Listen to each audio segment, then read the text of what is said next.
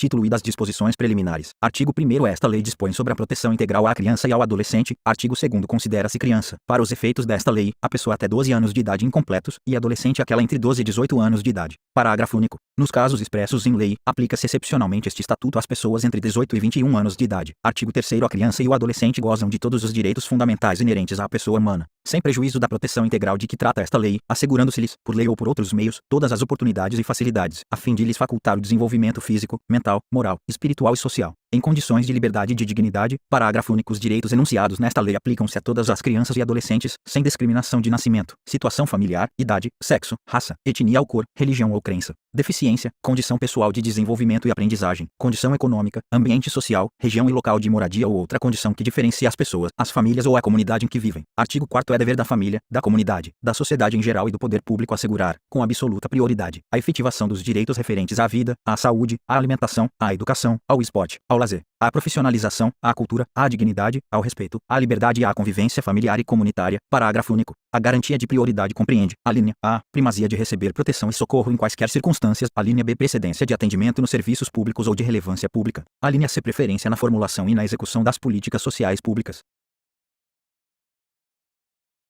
a linha da destinação privilegiada de recursos públicos nas áreas relacionadas com a proteção à infância e à juventude. Artigo 5º. Nenhuma criança ou adolescente será objeto de qualquer forma de negligência, discriminação, exploração, violência, crueldade e opressão, punido na forma da lei qualquer atentado, por ação ou omissão, aos seus direitos fundamentais. Artigo 6º. Na interpretação desta lei levar-se-ão em conta os fins sociais a que ela se dirige, as exigências do bem comum, os direitos e deveres individuais e coletivos, e a condição peculiar da criança e do adolescente como pessoas em desenvolvimento. Título 2. Dos Direitos Fundamentais. Capítulo 1.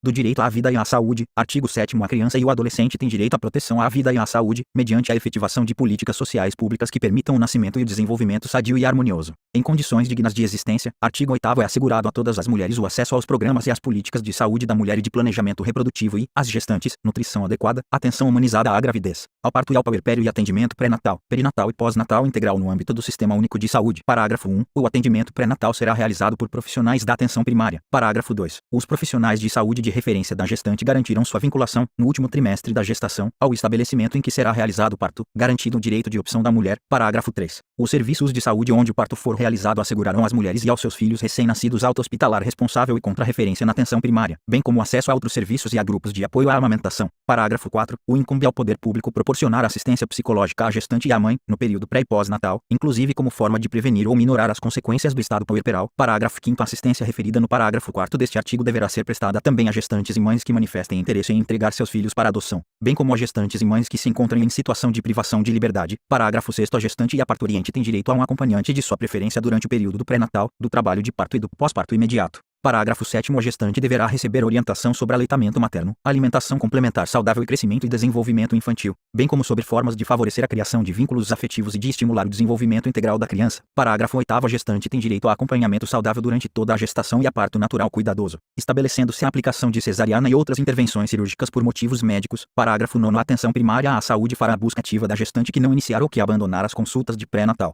bem como da puérpera que não comparecer às consultas pós-parto. Parágrafo 10º. Incumbe ao poder público garantir à gestante e à mulher com filho na primeira infância que se encontrem sob custódia em unidade de privação de liberdade, ambiência que atenda às normas sanitárias e assistenciais do Sistema Único de Saúde para o acolhimento do filho, em articulação com o sistema de ensino competente, visando ao desenvolvimento integral da criança. Artigo 8º. Fica instituída a Semana Nacional de Prevenção da Gravidez na Adolescência, a ser realizada anualmente na semana que incluir o dia 1º de fevereiro, com o objetivo de disseminar informações sobre medidas preventivas e educativas que contribuam para a redução da incidência da gravidez na adolescência. Parágrafo único. As ações destinadas a efetivar o disposto no caput deste artigo ficarão a cargo do poder público, em conjunto com organizações da sociedade civil, e serão dirigidas prioritariamente ao público adolescente. Artigo 9º. O poder público, as instituições e os empregadores propiciarão condições adequadas ao aleitamento materno, inclusive aos filhos de mães submetidas à medida privativa de liberdade. Parágrafo 1. Os profissionais das unidades primárias de saúde desenvolverão ações sistemáticas, individuais ou coletivas, visando ao planejamento, à implementação e à avaliação de ações de promoção, proteção e apoio ao aleitamento materno e à alimentação complementar saudável, de forma contínua. Parágrafo 2º. Serviços de unidades de terapia intensiva neonatal deverão dispor de banco de leite humano ou unidade de coleta de leite humano. Artigo 10.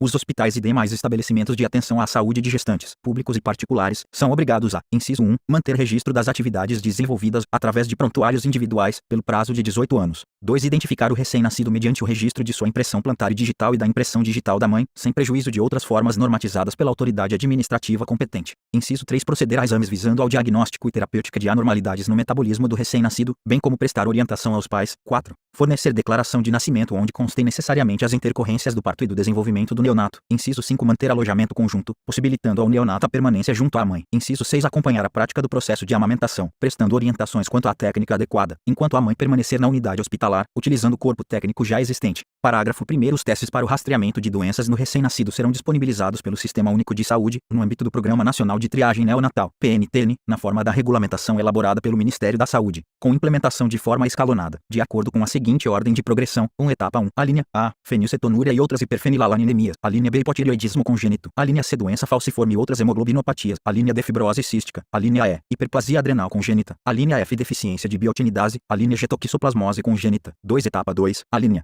A, galactosemias. A linha B, aminoacidopatias. A linha C, distúrbios do ciclo da ureia. A linha D, distúrbios da beta-oxidação dos ácidos graxos. 3. Etapa 3. Doenças lisossômicas. 4. Etapa 4. Imunodeficiências primárias. 5. Etapa 5. Atrofia muscular espinhal. Parágrafo 2º. A delimitação de doenças a serem rastreadas pelo teste do pezinho, no âmbito do PNTN, será revisada periodicamente, com base em evidências científicas, considerados os benefícios do rastreamento, do diagnóstico e do tratamento precoce, priorizando as doenças com maior prevalência no país, com protocolo de tratamento aprovado e com tratamento incorporado no Sistema Único de Saúde. Parágrafo 3º. O rol de doenças constante do parágrafo 1º deste artigo poderá ser expandido pelo poder público com base nos critérios estabelecidos no parágrafo 2º deste artigo. Parágrafo 4º. Durante os atendimentos de pré-natal e de puerpério imediato, os profissionais de saúde devem informar a gestante e os acompanhantes sobre a importância do teste do pezinho e sobre as eventuais diferenças existentes entre as modalidades oferecidas no Sistema Único de Saúde e na rede privada de saúde. Artigo 11. É assegurado acesso integral às linhas de cuidado voltadas à saúde da criança e do adolescente, por intermédio do Sistema Único de Saúde, observado o princípio da equidade no acesso a ações e serviços para promoção,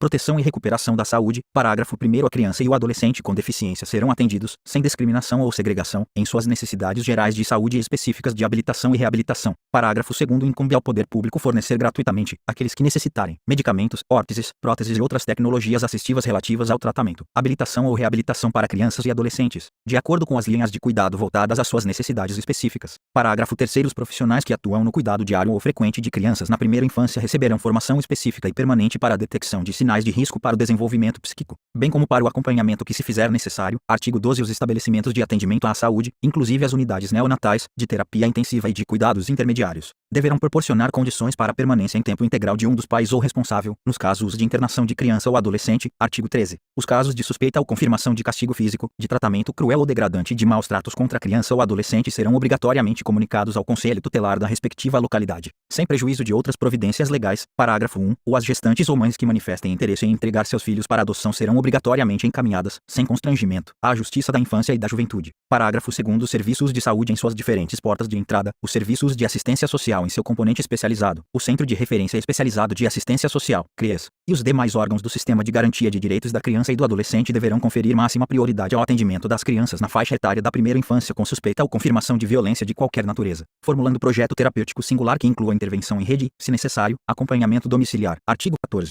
O Sistema Único de Saúde promoverá programas de assistência médica e odontológica para a prevenção das enfermidades que ordinariamente afetam a população infantil, e campanhas de educação sanitária para pais, educadores e alunos. Parágrafo 1º. É obrigatória a vacinação das crianças nos casos recomendados pelas autoridades sanitárias. Parágrafo 2. O Sistema Único de Saúde promoverá a atenção à saúde bucal das crianças e das gestantes, de forma transversal, integral e intersetorial com as demais linhas de cuidado direcionadas à mulher e à criança. Parágrafo 3º. A atenção odontológica à criança terá função educativa protetiva e será prestada, inicialmente, antes de o bebê nascer, por meio de aconselhamento pré-natal e, posteriormente, no 6º e no 12º anos de vida, com orientações sobre a saúde bucal. Parágrafo 4º. A criança com necessidade de cuidados odontológicos especiais será atendida pelo Sistema Único de Saúde. Parágrafo 5º. É obrigatória a aplicação a todas as crianças, nos seus primeiros 18 meses de vida, de protocolo ou outro instrumento construído com a finalidade de facilitar a detecção, em consulta pediátrica de acompanhamento da criança, de risco para o seu desenvolvimento psíquico. Capítulo 2 do Direito à Liberdade, ao Respeito e à Dignidade. Artigo 15. A criança e o adolescente têm direito à liberdade, ao respeito e à dignidade como pessoas humanas em processo de desenvolvimento e como sujeitos de direitos civis, humanos e sociais garantidos na Constituição e nas leis. Artigo 16. O direito à liberdade compreende os seguintes aspectos: inciso 1, ir, vir e estar nos logradouros públicos e espaços comunitários, ressalvadas as restrições legais. 2, opinião e expressão. Inciso 3, crença e culto religioso. 4, brincar, praticar esportes e divertir-se. Inciso 5, participar da vida familiar e comunitária, sem discriminação. Inciso 6, participar da vida política, na forma da lei. Inciso 7, buscar refúgio, auxílio e orientação. Artigo 17. O direito ao respeito consiste na inviolabilidade da integridade física, psíquica e moral da criança e do adolescente, abrangendo a preservação da imagem, da identidade, da autonomia, dos valores, ideias e crenças, dos espaços e objetos pessoais. Artigo 18. É dever de todos velar pela dignidade da criança e do adolescente, pondo-os a salvo de qualquer tratamento desumano, violento, aterrorizante, vexatório ou constrangedor. Artigo 18-A. A criança e o adolescente têm o direito de ser educados e cuidados sem uso de castigo físico ou de tratamento cruel ou degradante, como formas de correção, disciplina, educação ou qualquer outro pretexto, pelos pais, pelos integrantes da família ampliada, pelos responsáveis, pelos agentes públicos executores de medidas socioeducativas ou por qualquer pessoa encarregada de cuidar deles, tratá-los, educá-los ou protegê-los. Parágrafo único. Para os fins desta lei, considera-se, inciso 1, castigo físico, ação de natureza disciplinar ou punitiva aplicada com o uso da força física sobre a criança ou adolescente que resulte em, alínea A, sofrimento físico, ou, alínea B, lesão. 2, tratamento cruel ou degradante, conduta ou forma cruel de tratamento em relação à criança ou ao adolescente que, alínea A, humilhe, ou, alínea B, ameace gravemente, ou, alínea C, ridicularize. Artigo 18-B. Os pais, os integrantes da família ampliada, os responsáveis, os agentes públicos executores de medidas socioeducativas ou qualquer pessoa encarregada de cuidar de crianças e de adolescentes, tratá-los, educá-los ou protegê-los que utilizarem castigo físico ou tratamento cruel ou degradante como formas de correção, disciplina, educação ou qualquer outro pretexto estarão sujeitos, sem prejuízo de outras sanções cabíveis, às seguintes medidas, que serão aplicadas de acordo com a gravidade do caso. Inciso 1. Encaminhamento a programa oficial ou comunitário de proteção à família. 2. Encaminhamento a tratamento psicológico ou psiquiátrico. Inciso 3. Encaminhamento a cursos ou programas de orientação. 4. Obrigação de encaminhar a criança a tratamento especializado. Inciso 5. Advertência. Inciso 6. Garantia de tratamento de saúde especializado à vítima. Parágrafo único. As medidas previstas neste artigo serão aplicadas pelo Conselho Tutelar, sem prejuízo de outras providências legais,